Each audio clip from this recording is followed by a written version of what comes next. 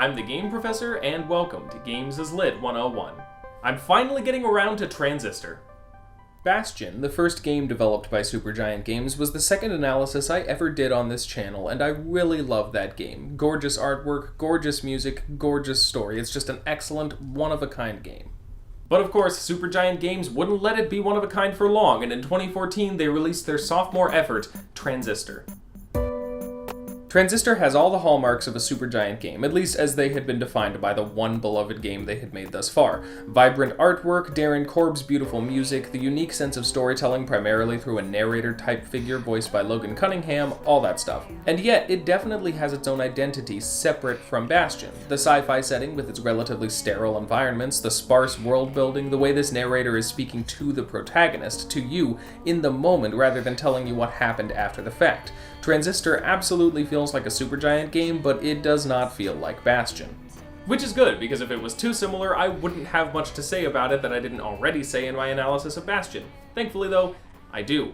That said, the music in Transistor plays a much bigger role in the story than the music did in Bastion, and music isn't really my strongest point, so to help me make sense of Transistor's musical elements, I decided to bring in my fellow YouTube gaming colleague, Jake Boutonu.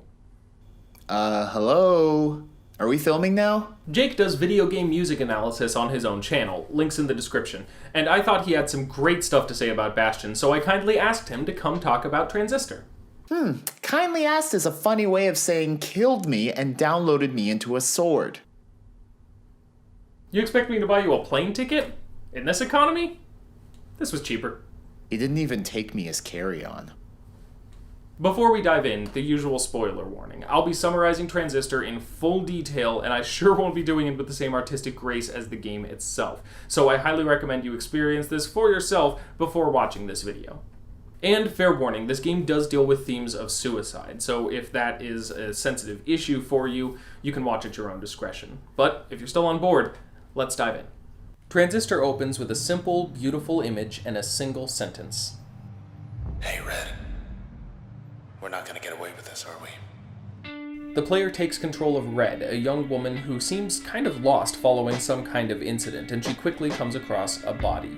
The opening sets a precedent for the game, insofar as it doesn't really tell us much of anything directly. We're thrown into this world and scenario with nothing but two characters who are already familiar with it and left to figure out what happened for ourselves. What we gather here at the beginning is that Red is a singer in Cloudbank, some kind of digital utopia where everything, from the weather to the performances to the color of the sky, is determined democratically by its citizens. But there was some sort of attack at Red's concert by a mysterious group called the Camerata, which resulted in Red losing her voice and this man, who goes unnamed, being killed by this strange sword-like thing called the Transistor and somehow downloaded into it. And now, some strange force called the Process is basically destroying the town, processing it, removing what's been created there, and attacking Red. In the interest of ease of discussion, we'll refer to the man inside the Transistor as the Boxer. He's actually not named at any point in the game itself, but apparently the code refers to him as Auden, which translates to Old Friend, or the Boxer, and the latter has become the most common way of referring to him when discussing the game, so we'll go with that. One of the first emotional beats in the story is right before we're introduced to the turn combat system when Red approaches a poster of herself. The song that plays during this scene is The Spine, and it's one of our first real insights into her character. It's her song. She wrote it, and she's singing it. The lyrics themselves aren't terribly important at this part of the story, but you can really hear some conflict brewing in Red. Hey, let's just go. Come on, just go. The Spine's placement in the story tells us Red's got some pent-up issues to deal with, and judging by the Boxer's calm yet firm reaction to the poster, he's probably the one keeping her grounded.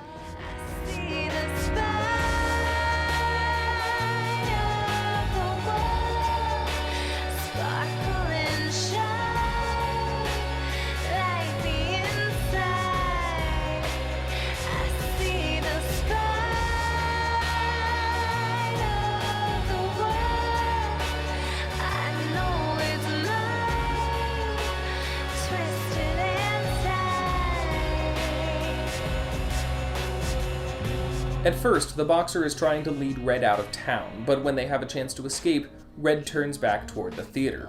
Exactly why is unclear. She can't speak after all. Maybe she wants answers, maybe she wants revenge, maybe she sees what the process is doing and realizes she can't run far enough to escape it. In any case, she plans to go back and confront the Camerata, who are presumed to be behind this whole mess.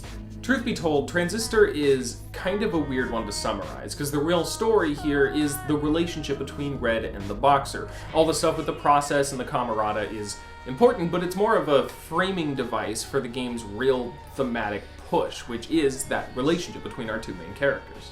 Which means that much of the story is told in small moments that contribute to their chemistry and hint about their past rather than through the major events of the story itself. What a night. You're still in one piece. That's all that matters. This is really great, and I love it, and it's a very different performance for Logan Cunningham than his narration in Bastion. It's a much more personal, heartfelt performance that imparts a real connection to the character, rather than a connection to the world like in Bastion. I would say the songs of Transistor do the exact same thing. They give us a really intimate look into Red's thoughts and feelings, as, in the story, they are written by Red. The lyrics of each song do hint and foreshadow at certain plot details, but I'd say they're more of a window into her emotions and feelings, even before the events of Transistor.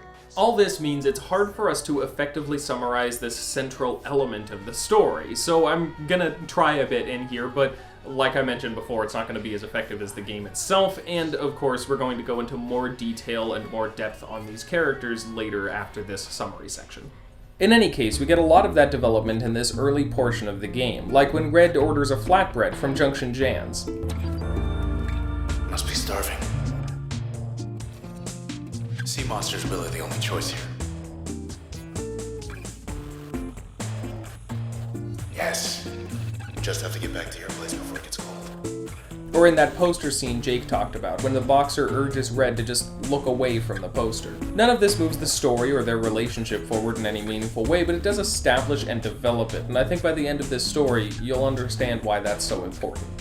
Red makes it to the stage where it all happened, and the game introduces us to the hum button.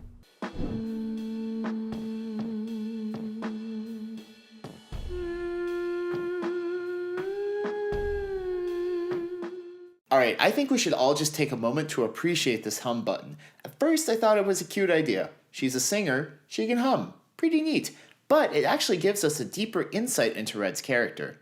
Whenever Red hums, she really does seem at peace. She embraces the transistor as she expresses herself through song. No matter how dire the situation is, she will find time to sing, to connect with the world.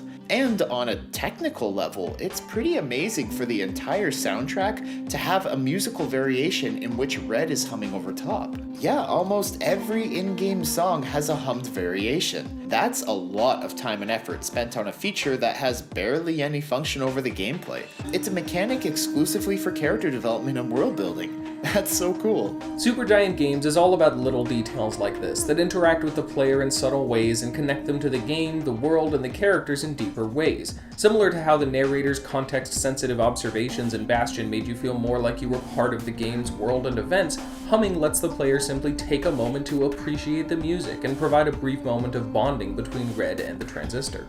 It's a really neat narrative touch, a mechanic that serves no gameplay purpose but lets the player essentially put all the action and plot on pause to just enjoy an intimate moment with the characters and hear a beautiful new take on the soundtrack. After humming into the microphone, we're given a flashback about the Camerata's attack on Red. During this cinematic, we hear the second song of the game, We All Become, set as a diegetic performance by Red on the stage. When you speak, I hear silence. Every word a defiance. I can hear, oh, I can hear. Just to clarify, diegetic means that the audio that we can hear is happening in the game world, unlike something like background music, which characters in the game world couldn't actually hear. So Red is actually singing the song similar to her humming, unlike something like the background music, which no one can actually hear. In that way, Transistor gets a little weird because when Red hums to the background music, she actually shouldn't be able to hear the background music. So how are those two things interacting? That's a big can of worms that we probably shouldn't get into today. We All Become's lyrics are a bit more explicit in their meaning, at least at first glance. The lyrics are foreshadowing her losing her voice in the coming moments. It also introduces us to the concept of the country, which we'll get more into later. Think I'll go where it suits me. Moving now to the country with everyone. After the flashback, Red has her first encounter with the Camarada in the form of their newest member, Sybil. Sybil, like most everything in Transistor, can only really be understood by looking at the other data in the game, specifically the data derived from using her function, which, well, if you haven't played it, you probably have no idea what I just said, but it's not important for now. We'll explain it later. Understanding Sybil is really important here since she has a big role in the backstory, and she's the subject of the song that plays during her boss fight. Some of it won't make sense until later, but what we can say now is Sybil was kind of obsessed with Red, and as part of the Camarada, was partially behind the attack that led to all this happening. The song that plays during Sybil's boss fight is called In Circles. I hear you buzzing, a fly on the wall. And it gives us the impression that Red and Sybil's relationship is pretty sour, with lyrics that liken Sybil to an annoying insect and a chorus that states, "I won't save you." And now, Sybil is a berserk processed husk attacking her former fixation. This song takes on new meaning during this boss fight. It's not so much about Red avoiding Sybil's obsession, but about Red putting her out of her misery. She won't save her because she's gonna kill her.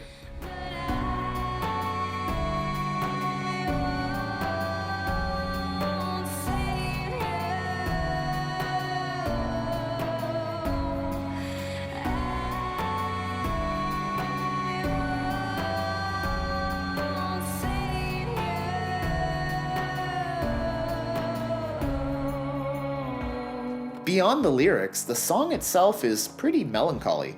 It's not the usual boss theme track that you would expect. It's a little sad and a little frustrated, with its mix of percussive verses and sweeping, echoing choruses. Midway through the fight, the music switches to a corrupt version, in which the vocals are filtered through a vocoder.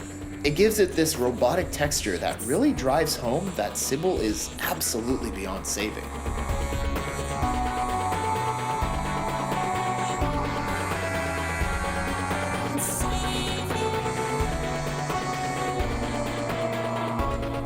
The gameplay itself really hammers in this pity for Sybil by making the player deliver the final blow. She's injured, bleeding out, almost entirely processed, and you have to end it. Her final words are a capstone on her whole role in this catastrophe. Bye, Sybil. Or Trace. We barely get to know Sybil, but even now the game is setting up the idea that its antagonists aren't two-dimensional villains, and it's going to keep that up throughout the whole game. After the encounter with Sybil, the Transistor absorbs her trace data, we'll get into what that means later, and she tells the Boxer where the rest of the Camarada can be found. We get a few more nice little bits of character development along the way, and the player can also stop by Red's apartment, where she eats the flatbread they ordered from Junction Jan's earlier. She locks her door on the way out. Locked yourself out. How are you gonna... Oh. All this is slowly building into an idea of what Red is like, because even though she is technically a silent protagonist, she's absolutely not meant for the player to project themselves onto her. We'll talk a lot more after this summary about what her character is and what she's like, because her later decisions in the story have a really big impact on how we are to understand her character. But these little hints throughout the game are some excellent foreshadowing and build-up. On the way to the tower where the Camarada is holed up, something strange happens. Oh, Red, I'm starting to lose you. Some kind of large process creature shows up, flying by on occasion and messing with the Transistor, who dubs it the spine of the world. Don't let the spine have all the fun. This name is interesting. Remember the song that played during that scene with the poster? It was called The Spine, and the chorus stated, "I see the spine of the world." Maybe the Boxer got the name of this process from the song, but regardless, it's a creature that is twisting and tying the Transistor's ability to think. Considering how angry and frustrated Red sounded during that song, this is a pretty clever callback to convey her drive to kill this thing. This manages to temporarily distract from the ultimate goal, as Red is understandably worried as well as fiercely protective. She even uses a terminal as something of a proxy to communicate with the Boxer, claiming she's going to find the thing responsible for this and break its heart. Red, What? Okay. Yeah. I'm trying.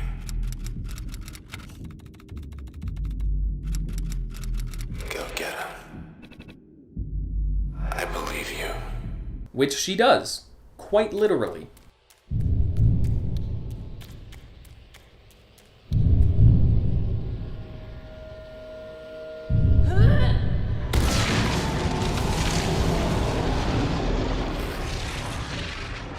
Then it's on to the tower, where they get a series of messages from Asher, who's at the top of the tower with Grant. Surprisingly, Asher takes full responsibility for the incident, sends an apology across the whole of Cloudbank, and seems genuinely remorseful. This is also the point where the game introduces us to the Camarada's motivations, as well as many of the core thematic concepts the game will be tackling. When everything changes, nothing changes. That's the Camarada's creed, our mission.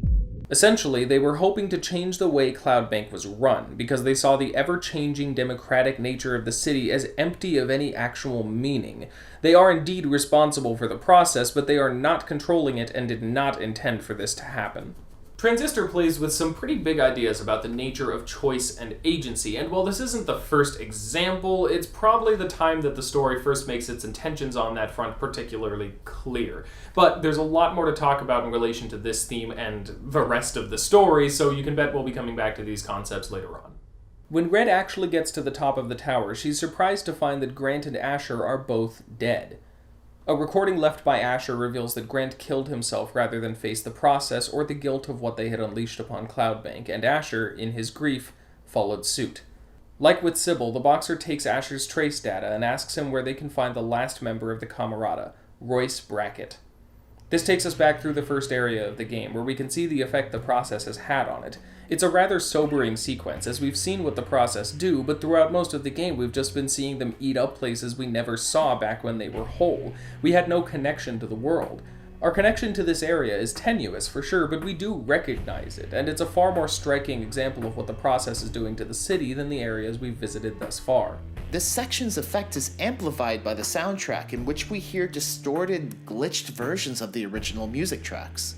You can hear them in the extended soundtrack, actually. The changes in the music are pretty subtle, to be honest. Some changes in instrumentation and bit crushing gives the player a feel of uncanny familiarity that really enhances the scene.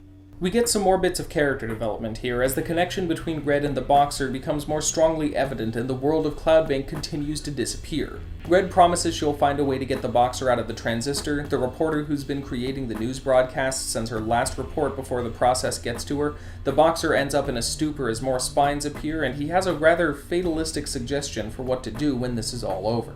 Like maybe you can get me out of here. Or something. Then we can watch everything around us wash away. Hand in hand. When we come across Royce, well, we don't really, but rather a floating screen he's using as a proxy, and he's leading us to the place where, according to him, we can fix all this. And so we follow his directions and listen to his explanations, delving further into this strange new processed reality. Over the course of this sequence, Royce delves further into the philosophy of the Camarada and the nature of the process, which we'll get into in a minute when we explain what on earth is actually going on in this story. I do have to note the incredible vocal performance by Sunkrish Bala. Royce is perfectly realized through his voice. Whenever people make a change, whether to the sea or the sky or anywhere in between, the process does the real work. Invisible, behind the scenes. He sounds awkward but intelligent, and suspiciously serene and clinical, almost like he's perfectly calm and collected, but there's something dangerous he's suppressing beneath it. Okay, you're almost here. Almost here. You ready? Funny, I'm beginning to get a little nervous. So come on now. Come on. In any case, when they get to Royce, he explains that the only way to stop the process is to put the transistor in the cradle so it can do its work. Red is understandably suspicious, and Royce even has a bit of dialogue addressing that suspicion. Look, if this was all just some kind of ruse on my part, I mean, how base? Why would I lead you all this way? I'll level with you. Yes, I would like it back. I'd very much, if you must know, but you know what? At this point, I would settle for not being wiped out of existence. I would happily settle for that. But ultimately, the boxer convinces her it's necessary to go along with him if they want to stop the process, and she puts the transistor in the cradle. It's here that I have to take a quick side note to talk about the PS4 version. See, the PlayStation 4 controller has a small speaker on it, and by default, the PS4 version of Transistor has the dialogue from the transistor come through this speaker instead of through the TV or headset or, wherever all the other audio from the game is coming from. Now, this might seem like just kind of a cute little gimmick, but it is actually a really cool effect to hear the voice of the transistor, which Red is holding in her hands throughout the adventure, come from the device that you're holding in your hands to play the game. But where this crosses the line from a neat use of the PS4 controller to a seriously effective storytelling tool is in this scene, because his dialogue comes from your hands the entire game, but then this line, Bye for now.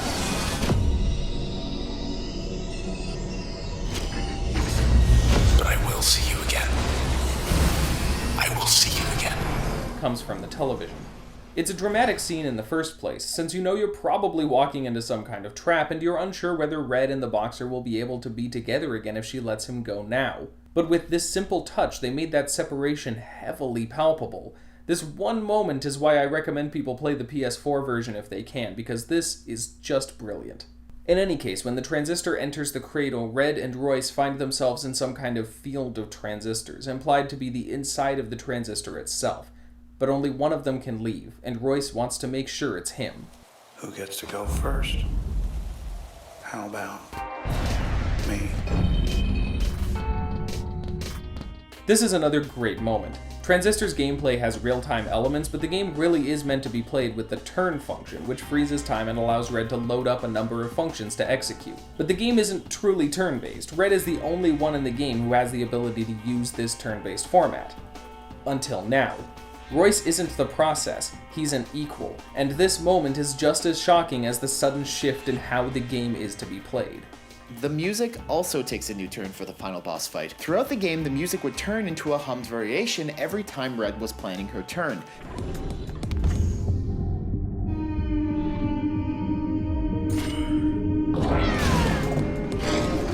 It's almost like we were in her head while she planned her moves. That's still the case in this fight, but Royce also has a variation of the music whenever he's planning his turn. All the instruments except for the drum and the bass drop out.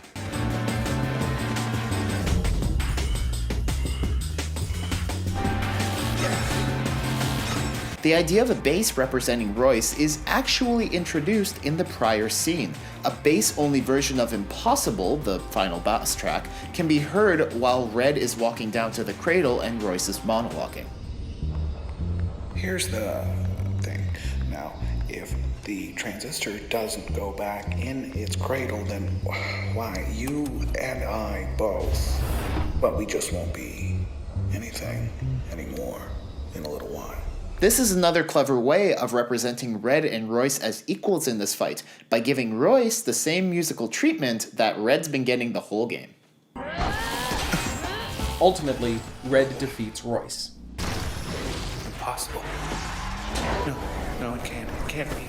God, please don't be God. Please don't.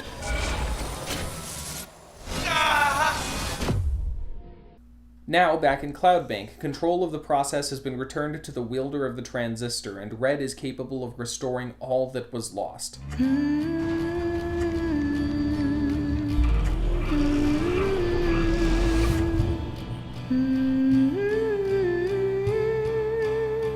But ultimately, that isn't what she wants. Hey.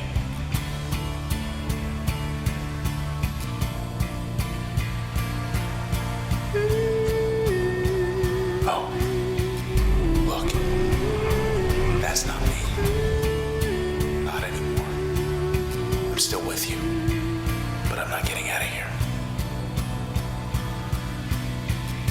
Red? Hey. What are you doing? Wait, what are you doing? Red. Don't you do it. Don't you dare. Don't do this. Please. If you do this. Red, please don't. Wait. Red! Red. What did you do?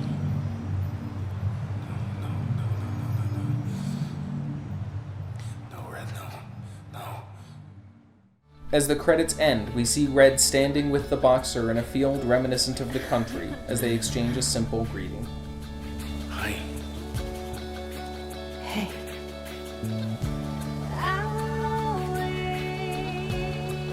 So that's Transistor, and if your initial reaction is like mine, What the heck just happened? well, yeah, pretty much. So let's talk about that.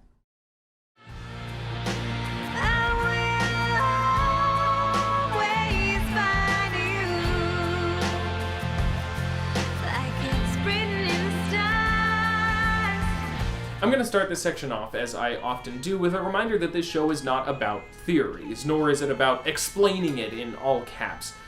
We're here to figure out what Transistor means, not just what happened in the sequence of events that comprise its story, and certainly not to make stuff up about it. Transistor is very sparse on the details of its world and story, but I'm not going to dive too deep into theories here. I'm going to interpret what happens in Transistor in the way that I think makes the most logical and thematic sense, because our goal here is not simply to know what happened in Transistor, it's to understand the events of the story well enough to then understand what the story is trying to communicate. What is said about the world and story is mostly picked up from hints and context clues spread throughout the dialogue and the character profiles the player unlocks as they play. The game actually combines gameplay and narrative in a really interesting way by tying each function to a figure from Cloudbank, often people who were put in the Transistor by the Camarada, and sometimes people that you find before they're fully processed along your journey. You unlock more information on them as you use each function in different contexts. This encourages the player to experiment with the gameplay by rewarding that experimentation with more details on the world and story, while simultaneously performing the narrative function of leveling systems by helping to symbolize Red's increasing intimacy with the Transistor and its abilities. But since these kinds of methods are the main vehicle of Transistor's world building, even the first time playing the game generally leaves the players with a lot of questions, let alone that summary I just did. So I'm going to do my best to explain what even just happened based on the game's sparse world building and clues. Cloudbank is some kind of computer simulation. It's not understood exactly how it exists or where or why, but since the story takes place entirely inside it, the answers to those questions aren't all that important. Due to its nature as a computer program, Cloudbank is able to be manipulated at will by the people who live there, and the city runs under democratic rule in every respect. Not just elected officials and legal policies, but the color of the sky and the weather and the geography, everything. The profiles of people who live in Cloudbank even include their chosen areas of expertise and reasons for choosing them. The Camarada was founded by Grant Kendrell, who was an administrator in Cloudbank for decades, and became frustrated that he could accomplish no meaningful change because everything that happened was up to the whims of the people. Sometime before this, Royce Brackett, an engineer for the city of Cloudbank, had encountered similar frustration in his work. Nothing he built would last, as the public would vote it out and change everything as soon as the fancy struck them. Even as he began trying to build things so beautiful they could inspire people to keep them, he always found himself replacing his own creations with whatever the public wanted next. So he left his job to pursue personal interests, during which time he discovered a formula for how the structures of Cloudbank were formed. This is the process. The underlying programming, essentially, capable of writing, deleting, and rewriting Cloudbank's very existence. He researched and explored until he managed to pinpoint exactly what it was, how it worked, and eventually an object that could bring the process under his direct control: the Transistor. Grant brought Royce into his inner circle, and they began to formulate a plan. Asher was brought in because he was very close to Grant and had a similar frustration with the transitory nature of Cloudbank. Grant and Asher share a surname, Kendrell, and while the exact nature of their relationship is unclear, what data we have implies that they were likely married. So the three of them enacted a plan to use the Transistor to collect a number of visionaries in Cloudbank that could act as a sort of parliament and enact meaningful change. Many of the functions Red collects over the course of the game are the trace data of these people, and as you use them in battle, their functions unlock the stories of who they were, how they were notable, and how the Camerata seemingly killed them, downloading their data into the Transistor to be part of their plan. Now might be a good time to address the concept of the country. The country is referenced multiple times in Transistor, and often in various different contexts. One character retired to the country, the people of Cloudbank evacuated to the country, a broken terminal is said to have gone to the country. It seems to be used as a literal place, as well as a metaphor for death. This element is definitely up to interpretation to some degree, but the conclusion we'll be working from is that death in Cloudbank would be better understood as permanently logging off. Cloudbank is a simulation, after all, and the country is used to refer both to death and to intentionally leaving the simulation. Royce also references the country in the most explicit terms the game gives us on the subject. Funny things about the Transistor. Let's see. You can get in, but you can't get out. How about that? You can get in, but it's a one-way street, a one-way road. It's like the country. You don't just go for a visit, you go for good. So one way or another, going to the country is permanent. The fact that this term is used both in the context of death and retirement could potentially point to a rather common science fiction dystopian trope wherein people will eventually leave the community by way of dying. But it's also used to refer to evacuation, the entire point of which is to not die, so that seems unlikely. Even in the song We All Become, Red explicitly states, "Think it'll go where it suits me, moving out to the country." This initially seems like evacuation, but given Red's final choice in the story, it's pretty unclear how people can get themselves to this destination. Exactly, so the country is most likely a reference to the world outside of the simulation. Now, whether that's another bigger server or the physical world, who knows, but that's a little outside the scope of this story. What matters is that the country, whatever it is exactly, is where people from Cloudbank go permanently when they either die or intentionally leave. But the process and the Transistor disrupt that natural order of things, if you will. The Transistor is something of a simulation inside of a simulation, and whoever it kills, rather than sending them to the country, it traps them permanently inside the Transistor, their consciousness, their trace data. Wait, I'm in here forever? Similarly, the process writes and deletes and rewrites information, and in Cloudbank, everything is information. This, along with the urgency expressed in evacuating Cloudbank, implies that being processed does not take one to the country, but simply erases their existence, much more like death as we understand it. So how did the process escape the control of the Camerata? That all starts with Sybil.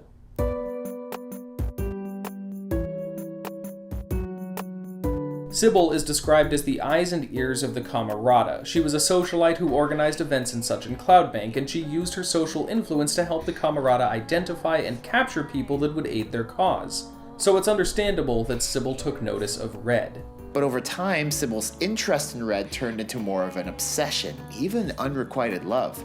And she became not only interested in capturing Red for the Camerata, but also increasingly frustrated at the man who she believed was drawing Red away from her.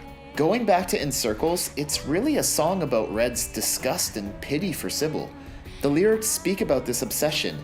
I hear you buzzing, a fly on the wall. They also express Red's attempt to diffuse this obsession.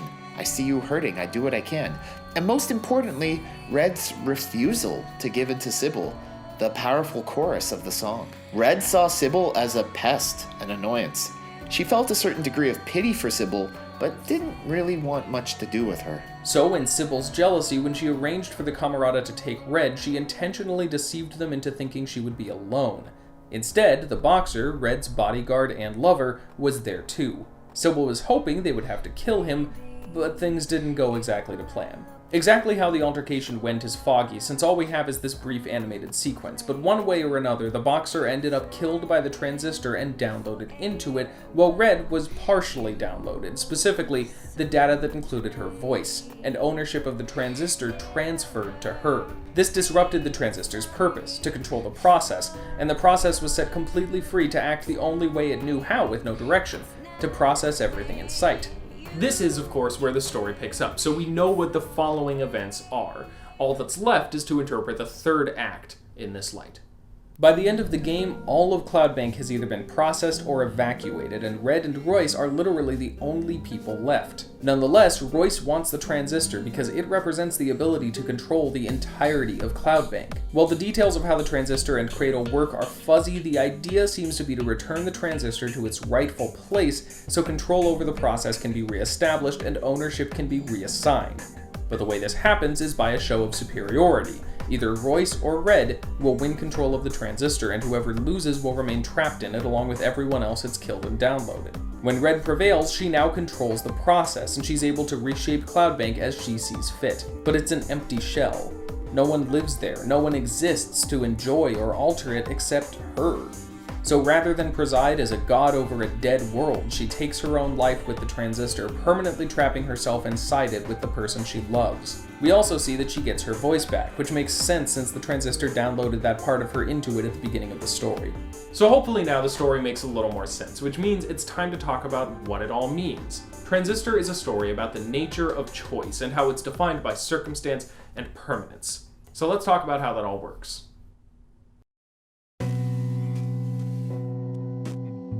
When everything changes, nothing changes. This phrase is obviously key to understanding what Transistor has to say, but it also can't really be taken at face value. I mean, it is the motto of the game's antagonists, after all, and the motto of the villains is rarely the lesson we're supposed to be taking from a given story.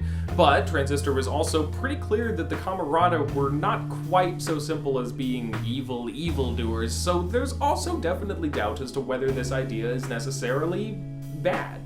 At first glance, the world of Cloudbank, as it existed before the game at least, is pretty great. Every single element of existence is at their fingertips. If enough people want something to be different, it just can be. In the real world, change happens so slowly. Even if most people want something, it can be hard to actually accomplish for months, years, decades, even centuries.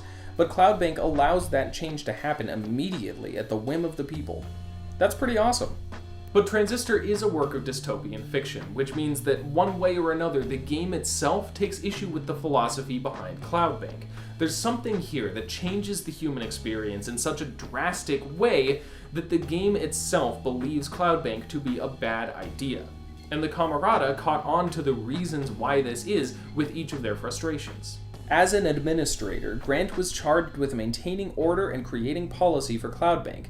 But administrators in Cloudbank were expected to simply keep things running quietly and smoothly, and he became frustrated with the fact that he could not create any important or lasting change. He was just there to keep things going as they were. Asher was studying the history of Cloudbank and became frustrated by the shallowness of his findings, since there seemed to be little to no real record of Cloudbank's long-term history.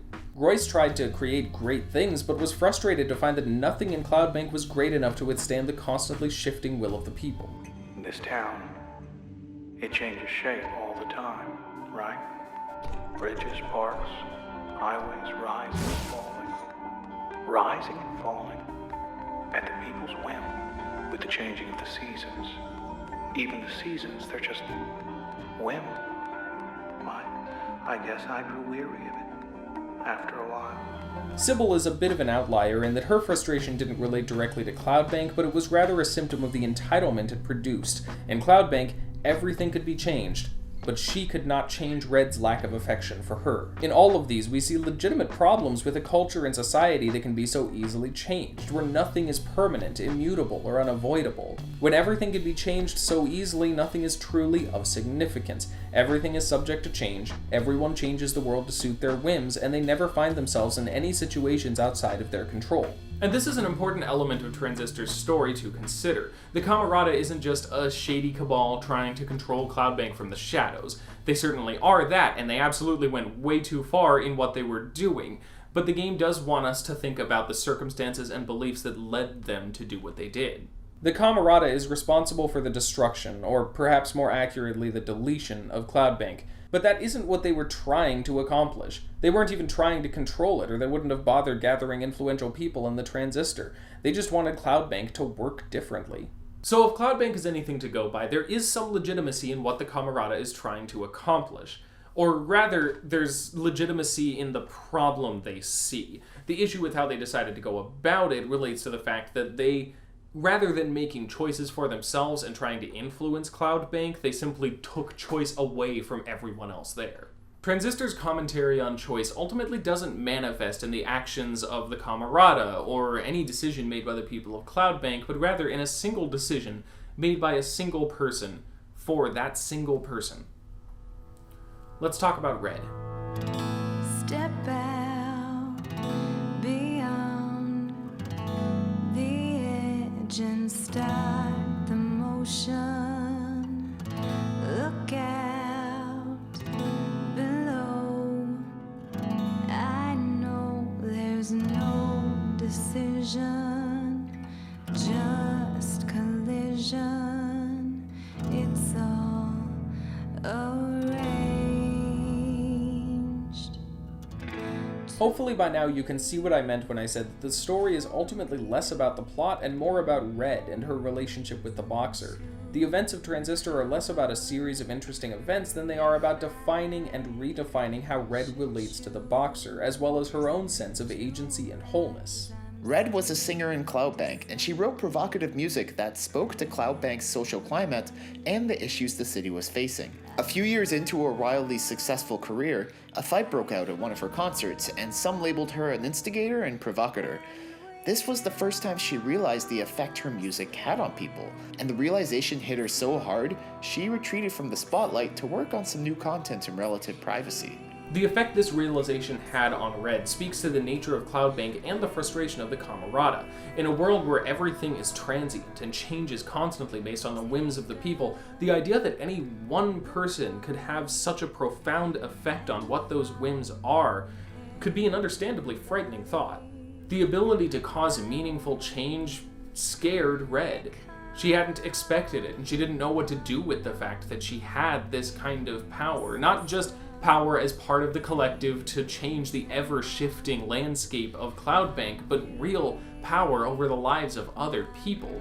In the philosophy of Cloudbank, it's likely she hadn't even realized any one person could have that kind of influence. This realization is characterized by the song The Spine. As I mentioned earlier, Red sounds really frustrated and angry as she sings this song. The lyrics, "I see the spine of the world, I know it's mine, twisted and tied."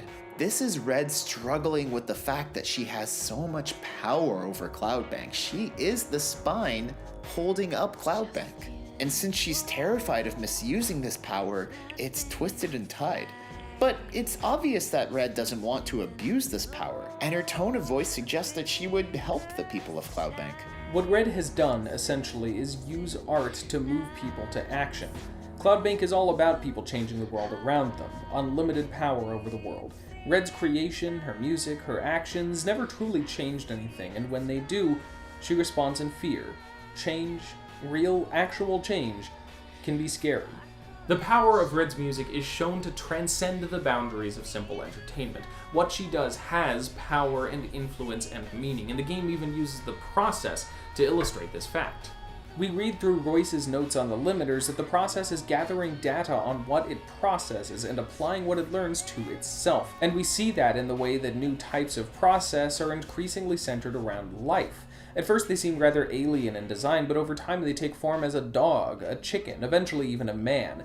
In the late stages of the game, when Cloudbank is mostly processed, we even see something of a breeding ground, full of cells that will spawn more process, but being cared for and guarded by process that will uncharacteristically leave you alone unless you attack them or their eggs. It's telling then that among these increasingly lifelike behavior patterns is a sequence where a bunch of cluckers are sitting in the theater as though waiting for a show.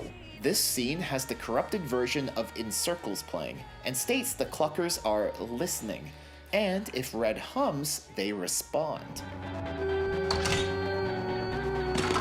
They hear first song.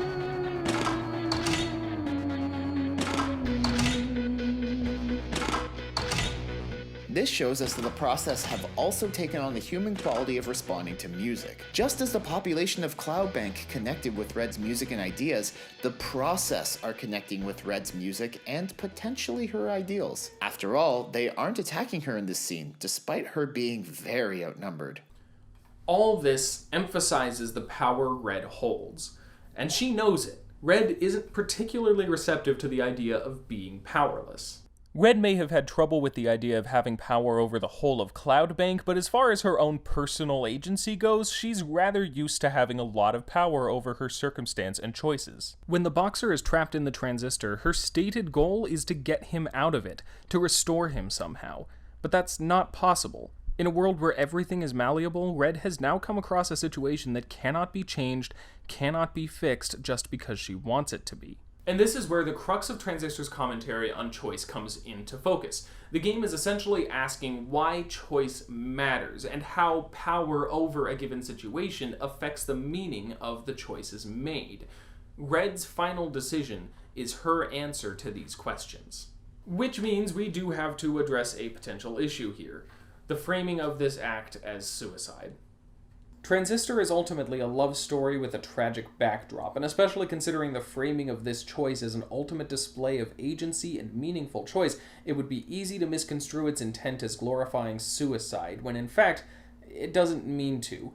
That doesn't necessarily mean it's not a problem, but still it's not the game's intent. Red's decision is not one made out of despair. We see this in many facets of the game's story and presentation, from the happiness with which she commits the act to the fact that she knows perfectly well that this will not kill her, but trap her inside the transistor. Technically, this would be more helpfully understood as imprisonment rather than death. Red isn't truly dying here so much as she's eternally consigning herself to the transistor for the sake of being with the boxer. And she knows this full well, else she probably wouldn't have done it. The act is dramatically framed as a suicide, but to understand the motivations and consequences behind it as suicidal would be a mistake. That said, it still must be acknowledged that portraying this ending as Red killing herself for good reasons and getting a happy ending because of it could certainly cause some problems for people who have struggled with suicidal ideations, and that's totally understandable. There's a reason I gave the content warning at the beginning of this video. The issue here, as much as I do love this game and its story, is a matter of the sparse world building and storytelling. There's a lot left up to interpretation here, and when we're dealing with suicidal imagery, the first impression tends to be one of self-harm, of death, and of despair. Thing is, suicide is easily seen, and very commonly so in literary history, as a metaphor for freedom, especially by neurotypical people who haven't actually confronted the reality of it for themselves. And for that matter, in broad strokes, Transistor could be interpreted as a tragic allegory for suicide, fighting for a world that seems to be losing its form, its meaning, until ultimately being stuck in an empty, meaningless world devoid of potential and purpose, so that simply leaving it by any means necessary feels justified and valid and affirming. The game doesn't really support this interpretation from what I can tell, but I have been told that the way Cloudbank feels at the end of the game reflects the way some people have felt while at their lowest points. Even if this reading doesn't hold up, it can still easily be seen this way, and when dealing with such sensitive issues, that can be a problem. I talked to a lot of people about this while writing this episode because I really did not want to accidentally come off as giving a pro-suicide message. And I don't think the game intends that either, and for that matter, I don't think that the use of these images or ideas hurts the game's message or portrayal, but I do think that it warrants mentioning when it could be so easy to accidentally read the game as advocating for suicide as a meaningful and positive choice. I think this discussion leads more into questions about the long history of art glorifying suicide and the usefulness of content warnings out of consideration for people who are sensitive to certain experiences. And if you have anything to say about that, please do talk about it in the comments, because I'm not really the best person to tackle these subjects. But in the story itself, this is a culmination of Transistor's message on choice and the impact that environment and circumstance can have on the meaning of our decisions. This isn't Red giving in to despair or ending her life in the way that it was for Grant or Asher. This is her manifesting her will, her agency, her choice in a way that gives up what some, including Royce, would consider the ultimate power for the sake of getting what she really actually wanted. As surprising as this final moment is, it's not without precedent or foreshadowing. The writer of Transistor, Greg Kasavin, has said that they knew Red would make this choice the moment they decided to tell her story. If you play it again, knowing how it ends, you can see how everything clearly leads up to this. When Red is reconstructing Cloudbank before her ultimate decision, she's actually humming the melody of Paper Boats, the song that plays after she commits herself to the Transistor and is reunited with the boxer.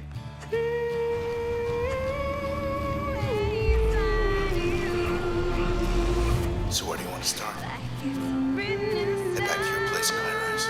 This indicates that she has already made her choice and knows what she's gonna do. Remember, when everything changes, nothing changes. Red, at the end of the game, is given absolute power over Cloudbank. As for the town, we'll have ourselves a blank canvas. And as for the transistor, we'll have ourselves a brush. For all intents and purposes, Red is now a god, a single entity with complete and total power over her surroundings. This is power. This isn't a vote. It's a choice. But it is not choice, not truly. She can make choices, but the results don't truly matter. They'll affect nothing, they'll mean nothing, they'll accomplish nothing. She has absolute power, but in truth, no meaning. Not in Cloudbank. This is even reflected in-game through the limiters. The player can activate limiters, each themed after specific process enemies, that make the combat more difficult in specific ways in exchange for more experience. Transistor offers a lot of customization with your moveset and abilities, but how you choose to set up your character doesn't really matter if it's just a matter of which attacks you use to easily dispatch your enemies. Introducing more elements outside of your control makes your choices in combat more meaningful. Again, how you respond to things that you can't control are the more important choices than what you do with ultimate power. Red's choice at the end is essentially the ultimate manifestation of the Camerata's motto. She now has the power to change everything, but nothing will truly change for her.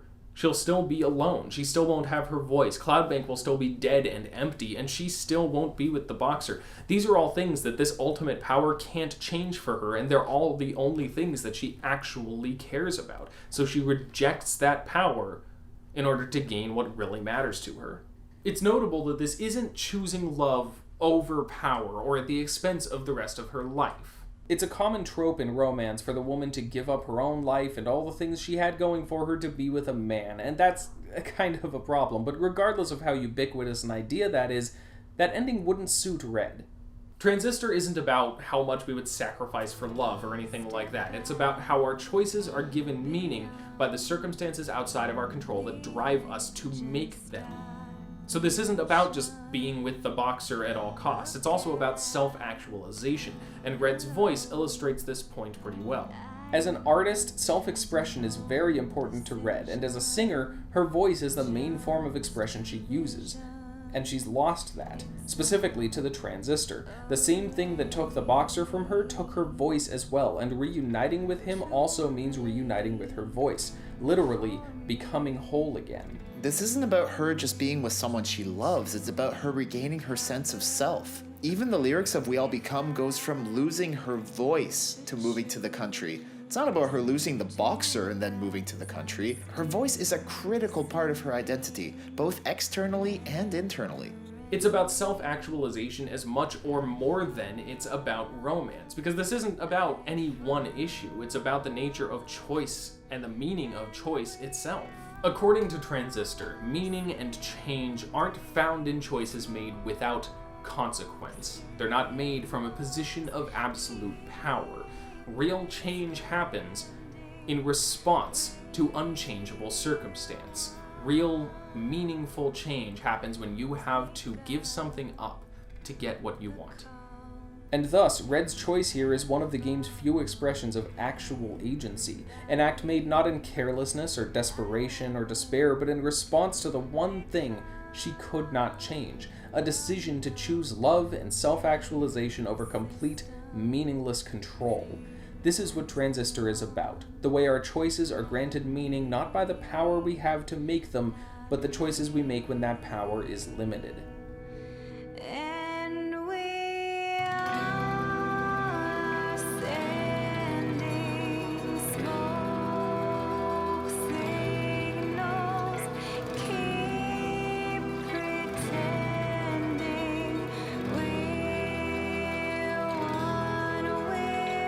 Thanks for watching. If you enjoyed this video, please consider liking, subscribing, checking out some other stuff on the channel, all that. Many thanks to Jake here. He was a huge help. I couldn't have done this without him. You should definitely check out his channel. He's got some great work on there. Links in the description, and I'll also include one in an end card during the credits so you can check out his stuff. He does very good work. If you want to see me analyze any other particular games or just want some other benefits like access to early episodes, stuff like that, head over to the Patreon for Games is Lit 101 and consider supporting the show. Thank you very much, and until next time, class dismissed. Thanks for watching. Coming up next on Games is Lit 101, I've got a few shorter episodes on more specific topics planned, and I'm finally going to be analyzing the subversive third-person shooter Spec Ops: The Line. See you then. Hello? I'm still here. So am I like stuck here now? I mean, this thing's specs are garbage. Like by the time my next video's done rendering, Sam will have finally talked about Pyre. It took him 4 years to Transistor. Who knows how long it'll take?